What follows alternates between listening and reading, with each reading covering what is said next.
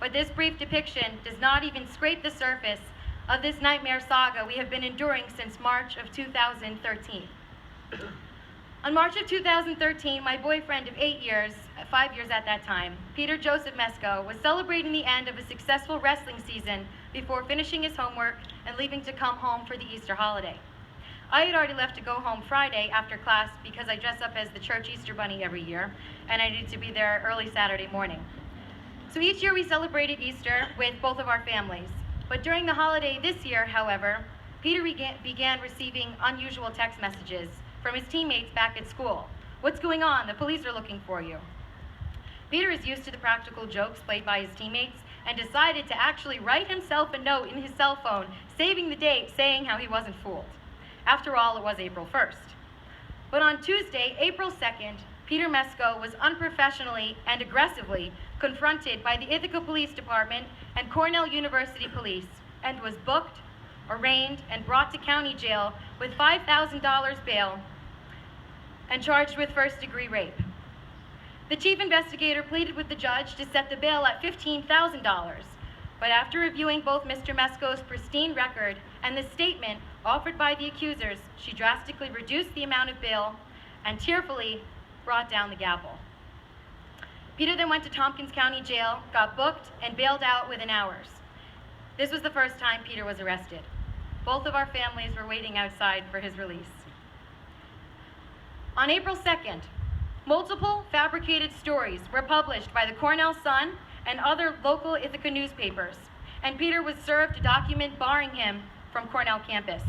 By April 3rd, USA Today's headline read, "Cornell University wrestler charged with raping student," as well as Fox News, ABC News, ESPN, UK Daily Mail, and even Sports Illustrated. Peter left Ithaca, and he was sent home to this town, where he was headlined in his hometown newspaper, Newswatch 16 and Scranton newspapers. Peter was instantly stripped of his life and his freedom. He was assumed and treated as guilty and was portrayed as such across the entire nation. We spent the next couple weeks scouring the state of New York for the finest legal representation we could find. In the end, Peter was advised about which legal counsel he should find, who unfortunately turned out to be a little experienced in the realm of this type of legal case. Peter came home and spent the next 2 years establishing and co-owning the business Field and Forest with Nadege Hoeper, while intermittently corresponding with his attorneys regarding plea deals. During this time, Cornell conducted their own in-house investigation, which Peter was advised by counsel to not participate in. Peter was then expelled from Cornell University, having there been no criminal investigation done and no DNA analysis performed at that time. The first plea deal offered was a 2-year sentence and 5 years parole. The next plea deal was 6 months in county, 6 months in county, and 10 years parole. But he could not justify pleading guilty to something he did not do. He was sentenced to trial by jury, as Peter would put it. He went to trial to face a possible 25 years for first-degree rape. On January 21st, 2015, the trial began.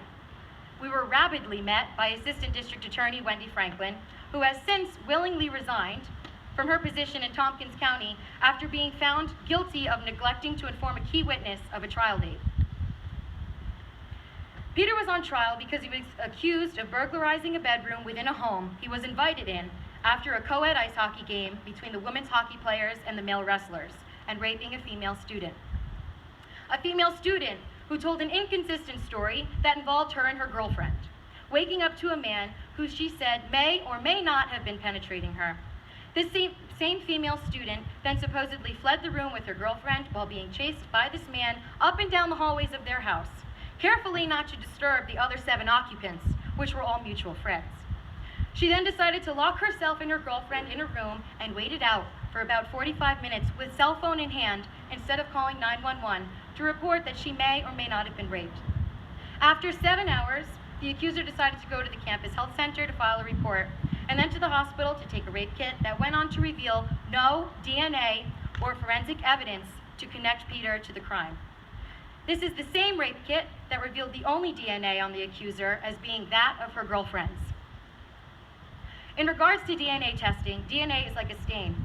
It does not just get washed away with a shower or the laundry. It only takes 3 to 5 cells of someone's presence to be detected via DNA analysis, whether it be skin, saliva, hair, semen, etc. 3 to 5. Comparatively, the size of a cell is like a marble to the world. That's the size that we're talking. DNA expert in NYU, New York University, forensic professor Dr. Eastman testified as an expert witness at the trial. She put the accuracy of the DNA testing into perspective. Dr. Eastman explained how one could actually get a full DNA profile off of a t-shirt at the Salvation Army. It's that accurate. Dr. Eastman has been an expert for hundreds of trials. She actually was an integral part in writing the DNA program for the New York State Crime Lab. Intriguingly, Dr. Eastman shared that she never testifies on behalf of the defense. She's only done so once or twice in her career. She stated that she does not do so unless she is sure the defendant is not guilty. Dr. Eastman testified on behalf of Peter because she was so sure of his innocence. When Dr. Eastman got news of the trial verdict, she was in the middle of her workday, and she heard the news and called Peter's attorney and told them that she was so distraught she actually dismissed her lectures for the rest of the day. They even used a more specific DNA analysis to identify male DNA in Peter's case.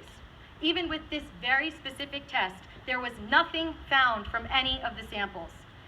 The test could not be used to identify anybody, and it was stated that it would be scientifically irresponsible to do so.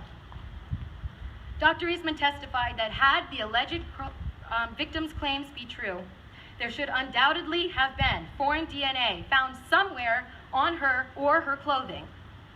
The sexual assault nurse examiner herself testified there was no visual evidence of trauma anywhere on the alleged victim. In spite of the overwhelming lack of evidence linking Peter to any crime, Assistant District Attorney Wendy Franklin used an emotional appeal in order to persuade the jury and sidetrack them from their fact-finding responsibility, forcing the defense counsel and Peter to prove his innocence rather than the prosecution having to prove Peter guilty. Unfortunately, Peter's counsel did not shut down her remarks. She construed the facts of the case, exploiting Peter's Fifth Amendment right to remain silent during the investigation as a proof of guilt, and discrediting the key witness for the defense with wild conspiracy theories using inadmissible hearsay. The prosecution's own witnesses testified that it was an ordinary evening, which was inconsistent with the accuser and her girlfriend's outrageously contrasting testimony, which involved a rapist chasing them up and down the halls of their house for an hour. Ms. Franklin slandered Peter in front of the jury, calling him, and I quote, an out-of-control rapist and a horn dog looking to get his rocks off. She labeled him as a threat to the community that would strike again if given the chance. She demonized Peter and placed responsibility on the jurors in order to protect society from future attacks. There is no physical evidence to support the victim's account. The lack of physical evidence further disproves their inconsistent testimony, and the people failed to identify Peter as the perpetrator.